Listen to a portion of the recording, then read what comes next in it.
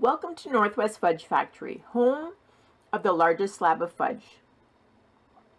This video will guide you through different techniques to pour fudge in our custom silicone molds. Each silicone mold will make a 5-pound block of fudge.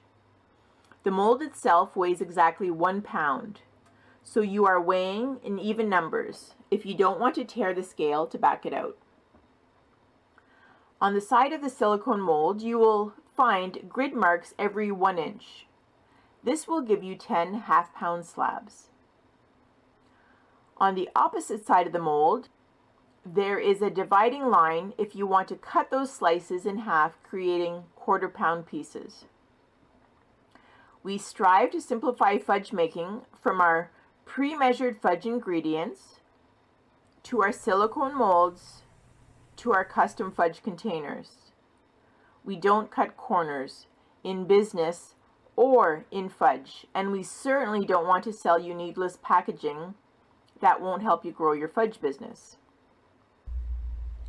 Our containers hold each slice perfectly. In this age of COVID and food safety, sneeze guards and exposed fudge simply doesn't work. Trying to cover or bag fudge just adds to the skepticism. Some stores with fully enclosed displays will have slabs visible with containers ready to go.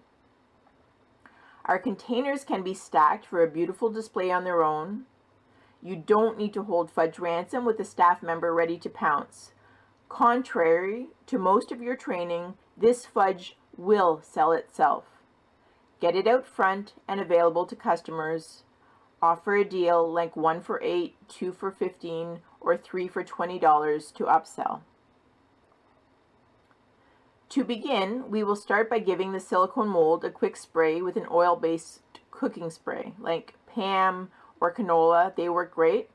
Just make sure it isn't a water-based spray, which will make the fudge slimy. If you forget to spray, no worries. It will just be a bit harder to pop out, but it's not the end of the world. In fudge making, there are basically 4 techniques: solids, layering, swirls, and inclusions. Solid flavors. A straight pour from the kettle or a batter bowl will give you solid flavors like chocolate, vanilla, maple. Pour to approximately 1/4 inch from the top or weigh it out for 5 pounds. We have added the extra space in case your store prefers to upsell with a bit of extra weight that will be built into the slice. Layering. There will be some flavors that you will want a half and half blend: chocolate cherry, chocolate cheesecake, etc. Swirls. To swirl, we have 2 techniques. You can either layer each flavor, which will give you lines of fudge. You can go as thick or as thin as you would like. We don't dictate fudge making. Have fun, be creative. Keep in mind you want to get rid of the unique flavors so you don't have partial bowls of mint or amaretto or orange, etc. left over. You can always add a bit more chocolate on top to top it off, but get rid of the unique flavor first. The second option of swirling is what we call tiger stripes.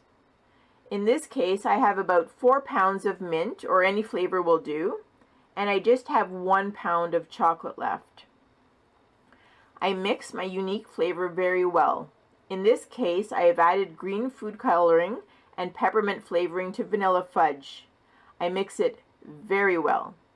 The color is a good indication if it's being blended throughout. If you have an uneven color, you also have an uneven flavor, and nobody wants a mouthful of mint oil. Blend your base flavor thoroughly, then add the chocolate directly to the bowl. Fold a few times, 2 or 3 is perfect. Do not overmix, or you will end up with a weird color with no definition. This folding method will result in tiger stripes, very fine layers throughout with a unique look compared to any pan or copper kettle makers.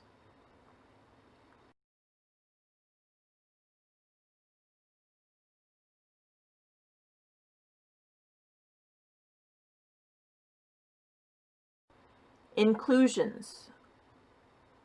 For the fudge with chunks of ingredients added, you will want to either lightly fold ingredients into the batter bowl, example vanilla with cookie crumbs for cookies and cream. Be mindful not to overmix any inclusions. You want definition and chunks visible in the fudge slices. The other option is to pour approximately 2 to 4 pounds of fudge in a silicone mold and layer with caramel, nuts, marshmallows, chocolates, etc. It won't take long to figure out where you want the layers.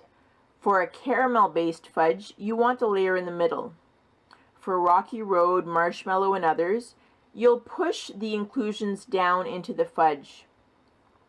Make sure the marshmallows are covered with fudge but not flattened down in the fudge. You don't want them to dry out, but you also want to see the marshmallowy bumps from the top. To make fudge, you have most of the ingredients you'll ever need at your local grocery, Costco, or bulk food warehouse. At Northwest Fudge Factory, we encourage you to outsource your ingredients. Buy quality ingredients always, but buy directly from the supplier when possible. We are fudge makers first, and we know what it takes to run a successful fudge business. We hope that you found this tutorial helpful. Our fudge mix will make fudge that is pretty flexible. It can handle the height of these silicone molds and can be cut and packaged without cracking and being too soft. Thanks for joining us. Most important of all, be creative and have fun, and have a fudge-tastic day.